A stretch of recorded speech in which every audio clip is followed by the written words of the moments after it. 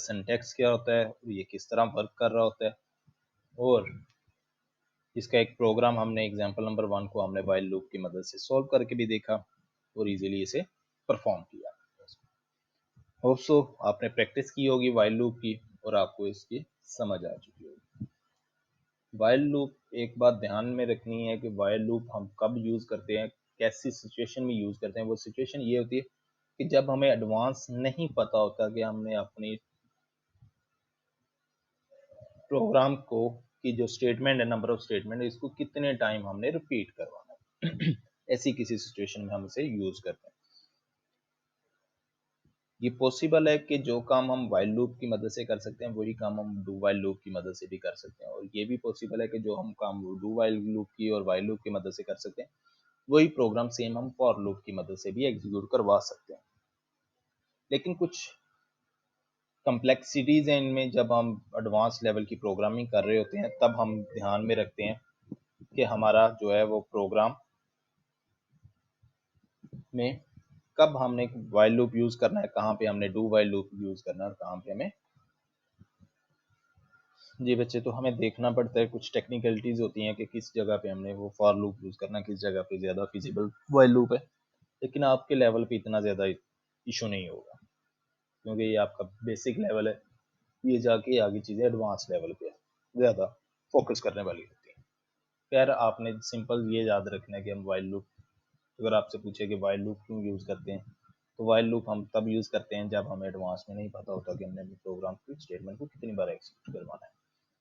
खैर, do while loop,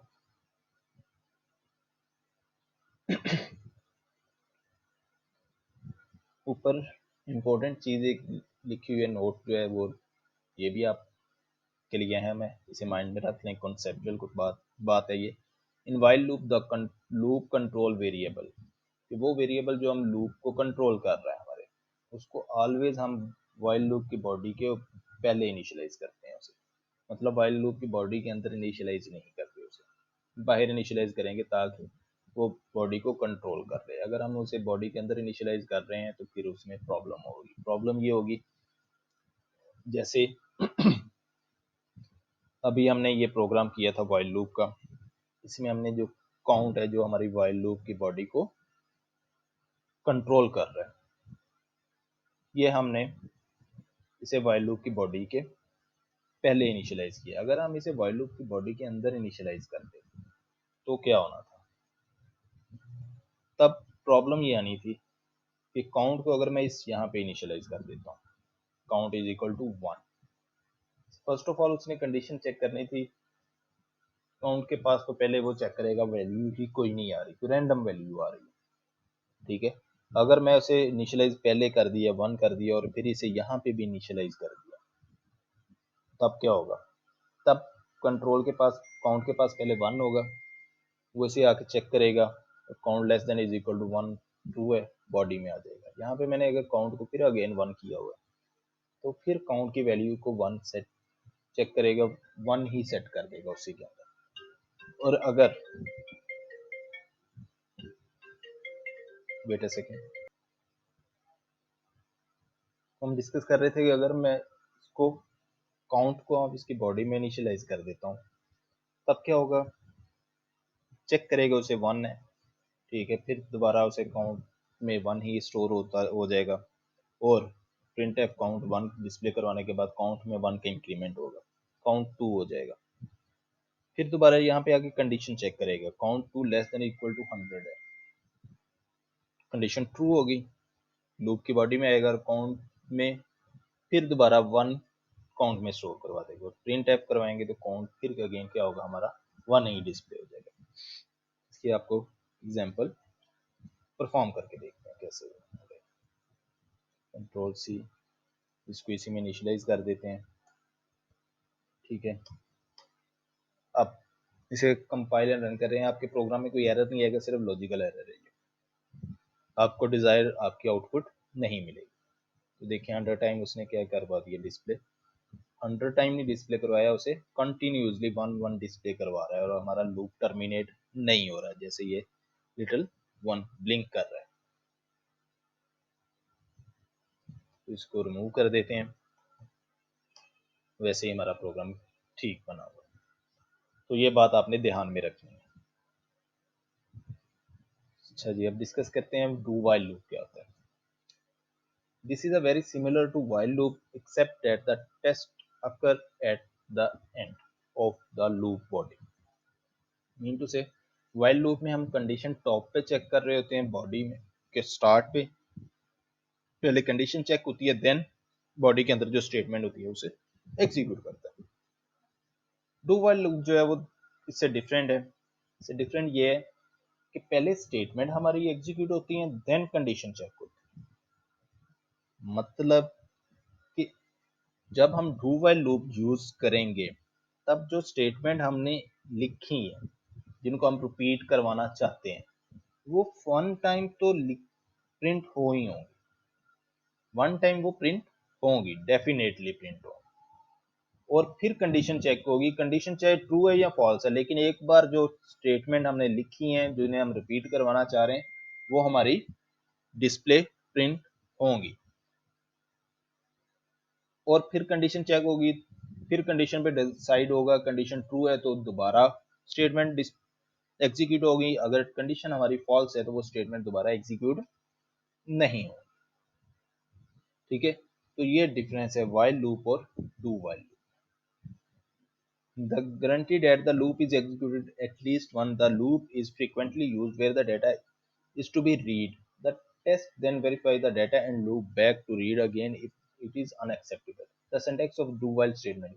First do की body में हम करली ब्रेसिस के अंदर उसकी बॉडी होगी, उसके अंदर हम स्टेटमेंट्स लिखेंगे और बाद में हम क्या लगाएंगे, वाइल उसकी डू की बॉडी के बाहर, वाइल और आगे कंडीशन।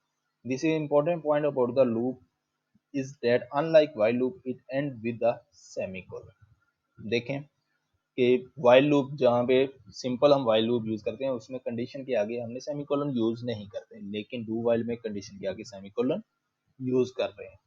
तो ये डिफरेंस है उसमें भी। omitting the semicolon will cause the syntax error। let us rewrite the program one example using do while। Programme one की जो एग्जांपल है इसे do while की मदद से करके देखते हैं, रीराइट करते हैं। कंट्रोल ए कंट्रोल सी और न्यू प्रोफाइल ले लेते हैं हम, कंट्रोल एन कंट्रोल वी, और यहाँ पे हम सेम इसी रहने देते हैं, इसकी जगह पे हम इसे क्या कर देते हैं, कंट्रोल एक्स, और यहाँ पे कंट्रोल वी इसे पेस्ट कर देते हैं और इसके लास्ट पे हम सेमीकोलन लगा देते हैं और यहाँ पे डू।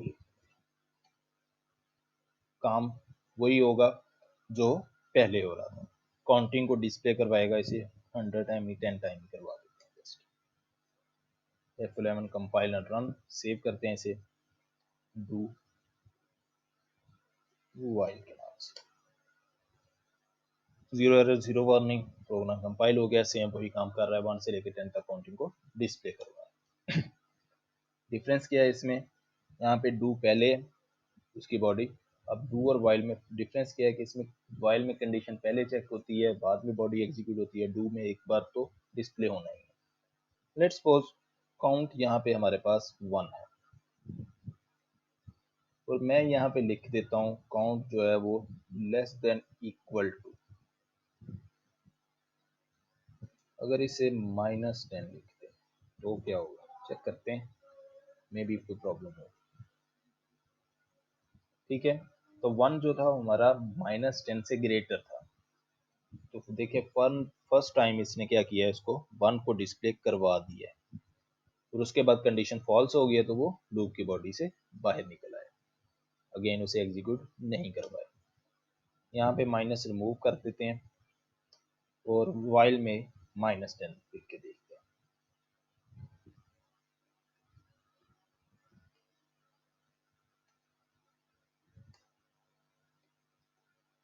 -10 कंडीशन फॉल्स होगी तो यहाँ पे एक बार भी 1 को डिस्प्ले नहीं करवाएगा। कंपाइलर रन करते हैं तो देखें नो डिस्प्ले, कुछ भी उसने डिस्प्ले नहीं करवाया। तो ये डिफरेंस है वाइल और डू वाइल। और होप सो बच्चे आपको समझ आ गई होगी वाइल क्या होता है, लूप किस तरह यूज करते हैं, डू वाइल लूप को किस तरह यूज करते हैं, इसका सिंटैक्स क्या होता है, ये चीज़ों को आपने ध्यान में रखना है, ज़हन में रखना है, तो यूज करना है। ठीक है बच्चे, नेक्स्ट लेक्चर में हम डिस्कस करेंगे फॉर लूप को। यहाँ इनके दरमियान जो डिफरेंस है वो उसको, इसके एक्सप्लेनेशन को अच्छी तरह देखेंगे। वाइल वर्सेस डू वाइल क्या होता है, इनके दरमियान डिफरेंस क्या है। थॉरली तो आपको बता दिया, लेकिन इस बुक के अकॉर्डिंगली क्या उसने डिफरेंसेस का बताया, इसको हम नेक्स्ट लेक्चर में डिस्कस करेंगे। अल्लाह हाफिज़ बच्चे।